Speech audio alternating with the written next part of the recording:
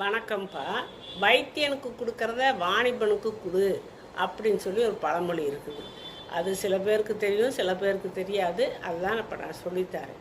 அது எப்படி வாணிபனுக்குன்னா சும்மா தூக்கி கொடுக்க மாட்டோம். நம்ம வாணிபருக்கு சும்மா தூக்கி கொடுப்போமா? கொடுக்க மாட்டோம். பழங்கள் நம்ம உடம்புக்கு சேர்த்துக்கிறணும் அப்படிங்கிறது தான் இப்போ சொல்ல வரேன். இப்போ உடம்பு சரியில்லைன்னா ஆஸ்பத்திரியில் போய் டாக்டருக்கு ஃபீஸ் கொடுக்குறோம், மருந்து மாத்திரைக்கு கொடுக்குறோம், அந்த மருந்து மாத்திரை சைடு எஃபெக்ட் ஆகுது. இவ்வளோ பிரச்சனையெல்லாம் தேவையே இல்லை. நம்ம பழங்கள் தினமும் பழங்கள் சாப்பிட்டு வரும்போது ஏதாவது ஒரு பழமாக சாப்பிட்லாம்.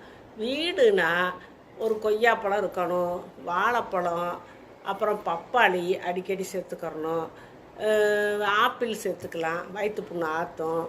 அப்புறம் இந்த நெல்லிக்காய் முடிஞ்சால் தினமும் ஒரு நெல்லிக்காயை நீங்கள் இப்போ இடித்து சாறு அடித்து குடிக்கலாம், இல்லாட்டி பச்சையாக கூட மென்று சாப்பிட்றவங்க சாப்பிட்லாம்.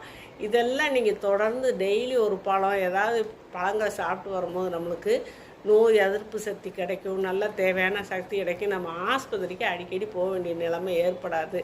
அதுதான் இப்போ நான் சொன்னது, வைத்தியனுக்கு கொடுக்குறத வாணிபனுக்கு கொடுன்னு சொல்லி.